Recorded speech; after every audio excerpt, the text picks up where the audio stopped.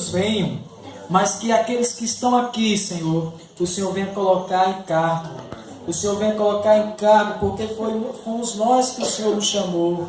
Senhor Jesus, assim como este hino fala, Senhor, sobre uma entrega, sobre o consagrar, Senhor, nos usa, Senhor, no século 21, nos usa nos tempos atuais, em favor da restauração da Tua igreja. E em favor, hoje, nós vamos ver o tema, a condição da igreja a partir da reforma.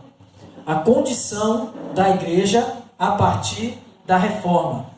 Por isso que nós cantamos este hino, porque fala sobre restauração da igreja, restauração, construir, consagração. A igreja ela não é edificada se não haver consagração. Nós precisamos nos consagrar. Nos consagrar não é fazer algo para Deus. É você ter simplicidade a ponto de deixar Deus trabalhar dentro do seu ser, dentro do seu coração. Então, nós vamos ver essa mensagem. Tem um apanhado histórico sobre a reforma. É algo muito importante. Vamos ver o porquê é tão importante para nós. E Sardes representa todas as igrejas protestantes. Representa todas as igrejas que nasceram a partir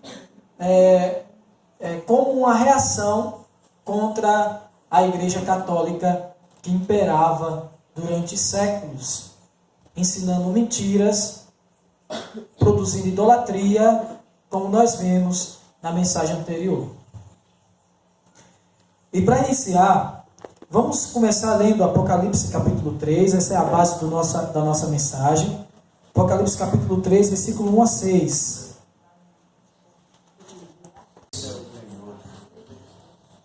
Vamos invocar, ó Senhor Jesus. Senhor Jesus. Senhor Jesus. Versículo 1 ao versículo 6. Diz o seguinte, quem tiver com a tradução da mesma que está essa Bíblia, pode ler junto comigo. Diz assim: ao anjo da igreja em Sardes escreve: estas coisas diz aquele que tem os 7 Espíritos de Deus e as 7 estrelas. Conheço as tuas obras, que tens nomes de que vives e está morto. Se vigilante e consolida o resto que estava para morrer, porque não tenho achado íntegras as tuas obras na presença do meu Deus. Lembra-te, pois, do que tens recebido e ouvido. Guarda-o e o arrependa-te. Portanto, se não vigiares, virei como ladrão, e não conhecerás de modo algum em que hora virei contra ti. Tens, contudo, em Sardes, umas poucas pessoas que não contaminaram as suas vestiduras e andarão branco junto comigo, pois são dignas. O vencedor será assim vestido de vestiduras brancas, e de modo nenhum apagarei o seu nome do livro da vida. Pelo contrário, confessarei o seu nome diante de meu Pai e diante dos seus anjos. Quem tem ouvidos, ouça o que o Espírito diz às igrejas. Então, aquilo que nós estamos trazendo nesta noite é algo que o Espírito está dizendo às igrejas. E que tem ouvido, ouça. Que tem ouvido, eu faço o quê? Ouça. Vamos repetir? Que tem ouvido? Ouça. Amém. Então, o nome Sardes, ele tem, no original grego, traz três significados. O primeiro significado é restante. O segundo é remanescentes. E o terceiro, restauração. Nós gostamos de dizer que o ápice da degradação da igreja se encontrou em Tiatira. Em Tiatira que foi o ápice. Sardes foi uma tentativa de restauração. Foi uma forma de Deus mostrar que as coisas do Senhor não é Deus que está no controle. Foi um período muito sofredor, irmãos. Não foi décadas, não foi anos. Foram séculos de domínio de Tiatira, do Império Romano. E por isso que ainda hoje, no século 21, temos alguns costumes, algumas palavras que muitos dizem, não precisa dizer, mas com certeza, eu tenho quase certeza que você conhece alguém que já falou assim: eu odeio o crente. Por que fala assim, eu odeio o crente? Tem uma herança histórica do período em que Tiatira, a igreja, esteve sob domínio, porque Tiatira, por meio da Inquisição, matava muitos cristãos que queriam praticar a pura palavra de Deus. E nesse contexto, começa a haver alguns rumores antes da reforma, que são chamados a pré-reforma, de alguns sacerdotes católicos que estavam examinando a palavra. Eles tinham conhecimento, sabedoria, entendimento, e estava vendo que muitas coisas que estavam acontecendo naquela igreja estava totalmente contrário à Bíblia. Só que na pré-reforma, eles não tiveram alto poder de comunicação. A crise continuou lá dentro do sacerdócio católico. Com a reforma protestante foi diferente. Porque tinha o principal deles, que foi Martinho Lutero. Martinho Lutero, ele tinha algo importante nele, que foi a questão da comunicação. Ele, ao mesmo tempo que entendia a Bíblia, ele tinha a capacidade e a ousadia de divulgar, de falar e divulgar o que Deus estava revelando a ele, por meio de suas cerca de 90 teses. Sabe o que Martinho Lutero fazia com essas teses que ele escrevia na linguagem do povo, para que o povo pudesse entender? Porque naquele período a igreja, sabe o que fazia? As missas não era na língua do povo, era numa língua que ninguém entendia, que era no latim. Latim hoje é tida como uma língua morta, não existe mais, só se usa mais para alguns estudos, porém não é uma língua viva, é uma língua morta. E Martinho Lutero sofreu bastante. Mas não se esqueça que Martinho Lutero não estava só. Tinha vários. É porque Martinho Lutero se destacou por causa das 90 teses. Ele ia lá na porta do templo católico, bem grande, pegava um prego na porta e deixava lá empendurado, para que todo mundo visse. Para os sacerdotes católicos, isso era uma afronta à religião.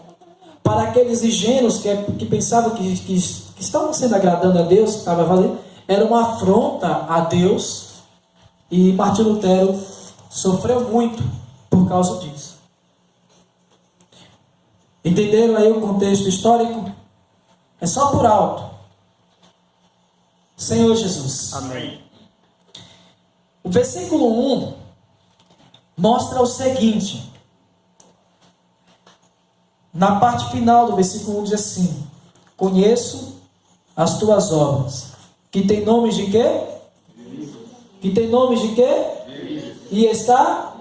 De que tem nome de quê? Está vivo. De que vives? E estás morto. O que quer dizer isso?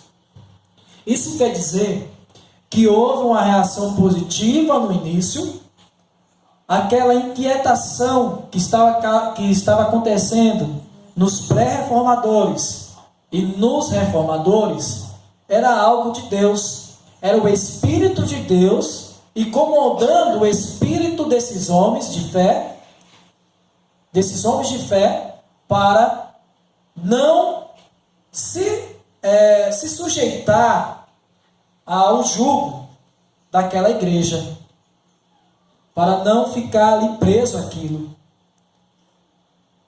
Começou com nomes de quevives, mas depois teve algumas consequências. Porque a restauração do Senhor era para voltar à linha apostólica. Mas na Reforma Protestante não aconteceu isso a princípio. As igrejas não se voltaram à Reforma Protestante. O que simplesmente aconteceu foi uma versão evangélica de uma igreja católica.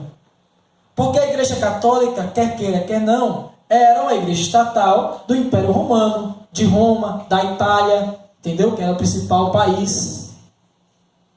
E depois passou a existir a luterana, que são os seguidores de Martinho Lutero, dos ensinamentos de Martinho Lutero, foi a igreja estatal da Alemanha.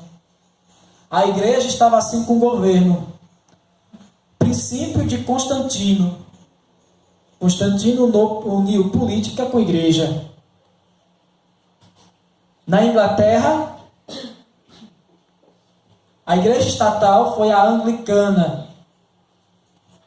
Muitos países estavam seguindo esse ritmo. A Bíblia, ela agora, por meio de Martinho Lutero, que foi um dos principais, traduziu a Bíblia para o alemão, democratizou a leitura da Bíblia, deu acesso a todas as pessoas, todos podiam ler, e aí começaram a ler, começaram a criar opiniões, e por meio dessas opiniões foram se multiplicando vários grupos cristãos, instituições religiosas que defendia X opinião, Y opinião, e aí foi aumentando. Aí eu pergunto aos irmãos, isso agrada a Deus? Não agrada. Porque é por esse motivo, simplesmente isso, que Sardes tem nomes de que vive, mas na verdade está morto. É aquela situação, começou a viver mais, murchou de novo. Tem nomes de que vive, mas está morto. Porque não voltou à linha apostólica.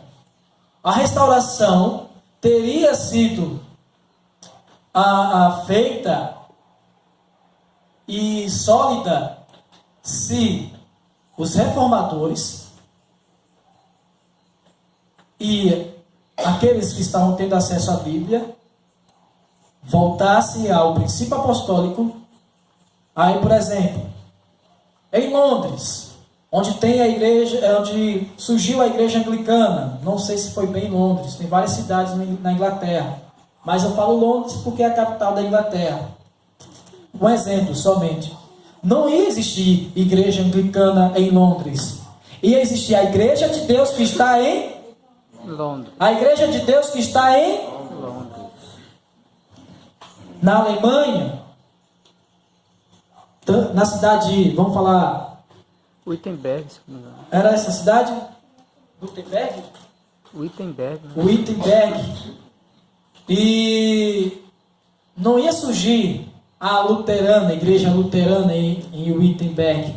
Ia existir, segundo a linha apostólica, a igreja de Deus que está aí em Wittenberg. É como nós vivemos aqui, irmãos. Aqueles que já estão frequentando, aqueles que estão visitando, saiba que a igreja que vocês estão, esse viver simples, é um viver apostólico. Nós vivemos como igreja na cidade. Nós não viemos aqui para multiplicar, ser mais uma igreja.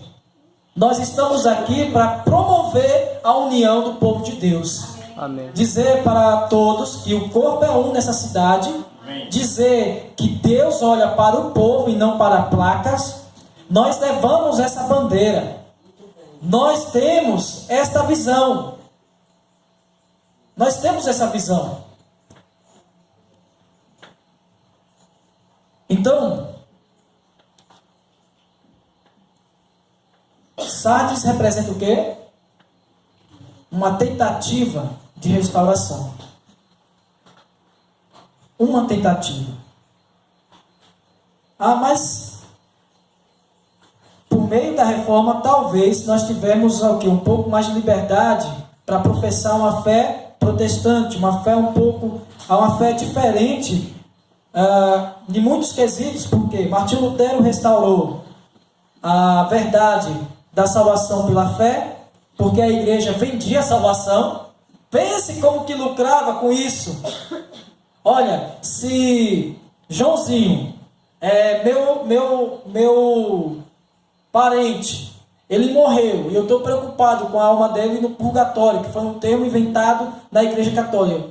Purgatório. O que é que fazia naquela época? Olha, para ele que já morreu, você vai pagar não sei quanto para que a alma dele seja salva. Aí isso veio mudando aos poucos, mas ainda hoje você vê um tipo de herança disso. Sabe o que é? Orar por quem já morreu. Isso é um tipo de herança. Não existe orar por quem já morreu. Você tem que orar por quem está vivo. Você percebe que as coisas tem um pezinho lá atrás? Tem um pezinho lá atrás. Aí, Martinho Lutero, Deus revela aí, não, salvação você não precisa pagar, salvação é de graça, a salvação é pela fé. Isso ele falando isso em frente, porque era uma forma que a igreja acumulava muito dinheiro. Eita, agora vai quebrar a igreja com Martinho Lutero, falando que não pode dar dinheiro, porque diz que a salvação é isso. E aí perseguiram Martinho Lutero. Eu recomendo vocês assistirem o filme de Martinho Lutero, é um pouco longo, mas se você não tiver paciência, você divide para assistir em 2 dias. Um pouquinho um dia, depois o outro no outro dia. Para você entender mais ou menos o que acontecia. Martinho Lutero tinha uma luta espiritual muito grande. Ele era um homem de oração. Eu creio que Deus revelou isso a Martinho Lutero, porque Martinho Lutero, antes de tudo, era um homem de oração. Para quem gosta de ler, eu recomendo também a leitura do livro Os Heróis da Fé. Esse livro, Heróis da Fé, você vai achar em PDF e vai falar de alguns desses homens.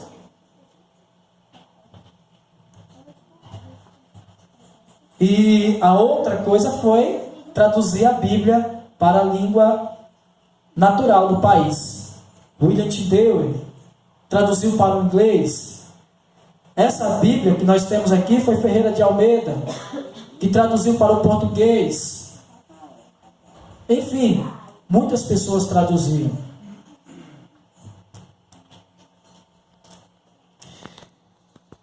Então, a Reforma Protestante foi uma resposta à igreja que estava degradada. E por meio da Reforma Protestante, tempos depois, algumas décadas depois, por meio de Watchmani, que nasce através de missões de igrejas reformadas. Que igreja reformada? Missionários de qual instituição reformada foi pregar o evangelho para a família de Watchmani e, consequentemente, Watchmani? Metodista. Foram os metodistas que estavam fazendo missões na China. O evangelho chegou na China por meio dos metodistas, que se não houvesse a reforma protestante, eu creio que não teria chegado. Então tem os pontos positivos e tem os pontos negativos, irmãos. Entendeu? E o Watchmani, Deus usou para restaurar a igreja, voltar para a linha apostólica, porque existia tudo que era a linha. A linha da lei, que dizia que tinha que fazer isso, seguir os princípios da lei, não sei o quê. Surgiam os grupos livres. Não quero me comprometer com instituição nenhuma. Eu vou ler a Bíblia, vou aprender a Bíblia, mas aí só que vivia dessa maneira. Existia de tudo, menos a linha apostólica. E a linha apostólica voltou por meio de um chinês, o Watchmani. Para que você possa entender mais a história do Watchmani, existe a biografia do irmão Watchmani. Aí você entra nessa história, que é muito bom por sinal. Agora nós vamos ver o que é que o Senhor repreende nessa igreja. Versículo 2 diz assim: Sê vigilante, e consolida o resto que estava para morrer, porque não tenho achado íntegras as tuas obras na presença do meu Deus. Deus não estava achando o quê das obras de Sardes? Obras íntegras, obras justas. Tinha algum tipo de impureza ali, entendeu? Porque Deus não olha para o que você está fazendo, Deus olha para o seu coração, a intenção do seu coração. E muitos ali estavam com o coração impuro. Então Deus, consequentemente, não aprovava a obra. Como tal, questão de opiniões, divisões. Essa semana vocês vão ver no Alimento Diário a diferença entre a luz focada e a luz que não é focada. A luz de uma lâmpada e a luz do laser. A reforma protestante aconteceu como se fosse uma luz de uma lâmpada. Não foi uma luz focada. Democratizou o acesso à Bíblia, todos agora podiam ler. Aí agora começou a surgir os sabidões, né? Para dizer que isso aqui é verdade. Puxava um monte de gente para lá. E se dividia. E um reino dividido, ele não subsiste. O fato é que se você for na Europa hoje, muitos dos templos cristãos se tornaram museus. E em alguns lugares você vai encontrar até cemitério. O protestantismo na Europa enfraqueceu. O continente que antes enviava missionário para o mundo inteiro, está carente de missionários de outros lugares. Por que enfraqueceu? Porque essa luz não era a luz de um laser, não era uma luz focada. A luz do laser é tão forte que corta lâminas, que pode chegar até a lua. Essa luz não chega até a lua. O alcance é muito pequeno e muito reduzido. Então a restauração do Senhor é para ser como a luz do laser, que tem um poder de alcance tremendo. Mas para isso acontecer, todos devem estar junto à palavra profética. Todos devem estar junto à linha apostólica, à linha da ortodoxia da igreja. Se não estiver, vai acontecer o que aconteceu na Europa. Vai acontecer. Nós já temos provas históricas. Pesquise na internet e veja o que está acontecendo com os evangélicos lá. Pelo contrário, o islamismo tem crescido muito. Muitas pessoas que se dizem ser cristãos são cristãs apagadas, né? Não tem muito fervor. Precisa de ajuda, irmãos, a Europa. Então assim, Deus não se agrada disso aí. Deus quer ver união. Deus quer ver unanimidade. Deus quer ver um foco. Todos com um só foco. Amém? E esse foco tem que ser a restauração da igreja. O foco tem que ser o reino de Deus. Não pode ser doutrinas. Irmão, não discute doutrinas. Porque se você for discutir doutrina com quem lá que seja, você não está promovendo a união do povo de Deus. Então aqui nós, versículo 3, faz alerta. Lembra-te, pois, do que tem recebido e ouvido. Guarda e arrepende-te. Porquanto, se não vigiares, virei como ladrão, e não conhecerás de modo algum que, ora, virei contra ti. Versículo 2 fala sobre ser vigilantes. Versículo 3 fala de novo, para que possamos vigiar. Por que vigiar? Porque no meio protestante acontecem muitas coisas erradas também. O que tem de crente decepcionado com algo que viu, com algo que ouviu, com algo que experimentou, porque existe muita coisa que não é íntegra. A Bíblia não falha. A Bíblia não erra. E aí surge hoje os desigrejados, Surge aqueles que estudam a Bíblia dentro de casa que não tem paz de ir para templo nenhum porque foi extremamente magoado. Ó Senhor Jesus. Amém. Que o Senhor tenha misericórdia. Ó Senhor Jesus. Então, amados, aqui ele fala o quê? Lembra-te, pois, do que tem ouvido. Ou seja, a palavra, muitas vezes, é pregada de maneira correta, mas o comportamento, o testemunho daqueles que o pregam, distorce completamente do que ele está falando. Por isso que ele fala assim, ó, o que você ouviu, o que você tem recebido, para você receber, você precisa se você não ouve, você não vai receber. E quando você vai para o original grego, o significado da palavra crer significa receber. Para receber, é preciso ouvir.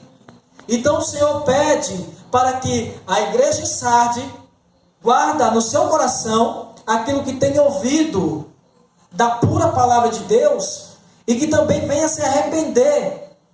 Ou seja, arrepender como? Porque muitas vezes a luz do Senhor vem e nos ilumina. Aí você diz, olha, fulano, cicrano, você está errado nisso. E agora, você vai fazer o quê? Vai ficar com raiva de Deus? Vai ficar com raiva do pregador? Vai fazer o quê? Vai ficar com raiva do profeta? Vai ficar com raiva da Bíblia? Arrependa-te. Se não se arrepender, Jesus volta e você vai estar desapercebido. Isso serve para todas as igrejas. Serve para todas. Senhor Jesus. Então o Senhor vai vir secreto, como estrela da manhã, e ninguém sabe o dia nem a hora. Vamos ler Mateus capítulo 24, versículo 43 a 44. Fique guardado aí. Mas considerai isto: se um pai de família soubesse a que hora viria o ladrão, vigiaria, não é verdade? Ficava atento, vigiaria, e tomava as medidas necessárias para que isso não acontecesse. Chamava a polícia, fazia um sistema de segurança rígido. Não é assim que acontece? Em lugares muito perigosos você vai comprar, nem que seja um salgadinho. A mulher da bodega ou da lojinha, não sei como é que se chama, ela não abre nem a porta. Tem uma grade ali, aí passa a entrega assim, e já de tanto roubo, de tanta coisa que já aconteceu. Ali foi o quê? Uma medida para evitar roubos, porque ali é um lugar que acontece coisas constantes. E aqui toma medida. Se soubesse que hora viria o ladrão, vigiaria e não deixaria que fosse arrombada a sua casa. Por isso, ficai também vós apercebidos, atentos, vigilantes, porque a hora em que não cuidais, o Filho do Homem virás. Por isso que nós, como cristãos, temos que viver cada dia como se fosse o último dia. Se tem dificuldade de congregar, congregue, porque o modelo bíblico é que todos os dias, lá em Atos ensina que todos os dias eles tenham comunhão em casa. Se tem dificuldade de perdoar, ore ao Senhor para perdoar, porque se você não perdoar, você não vai ser perdoado. Se você tem dificuldade de ser misericordioso com o seu próximo, você também não vai alcançar misericórdia. A palavra nos dá o caminho certo. Ó Senhor Jesus. Amém, Senhor. Possamos estar atentos. Amém. Para que o Senhor Jesus. encontre-nos fazendo assim. Os vencedores, como nós vemos aqui no versículo 4 e 5, fala que irá vestir vestes brancas. E que o nome estaria escrito no livro da vida. Que você vê também em Apocalipse capítulo 20. E tratando sobre essa questão, a igreja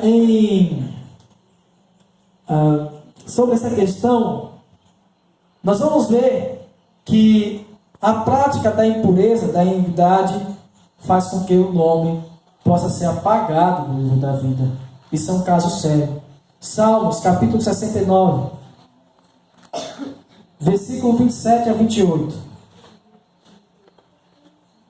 Veja o que acontece, olha. Soma-lhe iniquidade a iniquidade, e não gozam da tua absolvição. Sejam riscados do livro dos vivos, e não tenham registro com os justos. Mateus capítulo 5 mostra que bem-aventurados os justos, porque alcançarão justiça, algo assim. Justiça na Bíblia é fazer a vontade de Deus. Não é você ser um ativista, eita, vamos lutar por nossa causa, não sei o quê. Justiça na Bíblia é você se preocupar com a vontade de Deus. Na sua vida, a vontade de Deus está sendo feita ou não está sendo feita? E só os justos estarão no livro da vida, porque são aqueles que se preocupam com a vontade de Deus. Eu me preocupo com a vontade de Deus, você se preocupa? Glória a Deus. Senhor Jesus.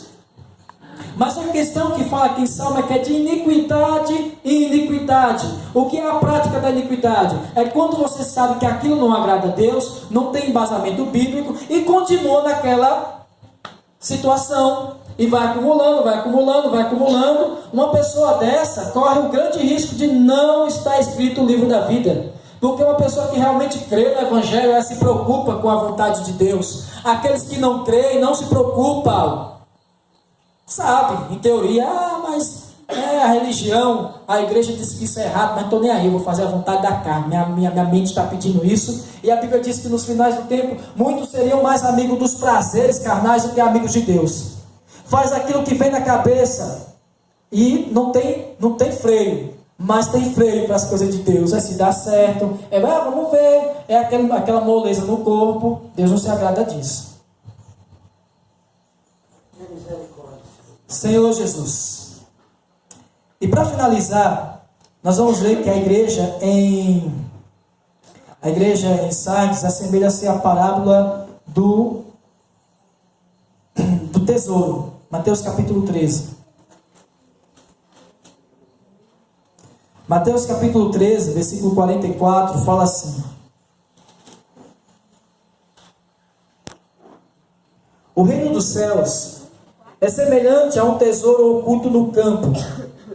Nós podemos dizer que esse tesouro oculto foi a palavra de Deus que esteve ocultada durante séculos por meio da igreja do Império Romano, que era só lida entre os sacerdotes e ainda lida em latim para que as pessoas não pudessem entender, porque a única coisa que liberta o ser humano é a palavra, é a verdade. Conhecereis a verdade vos libertará. E durante muitos séculos essa palavra estava oculta. Aí aqui continua, oculta no campo, a qual um certo homem, nós podemos dizer aqui que esse certo homem é Martinho Lutero,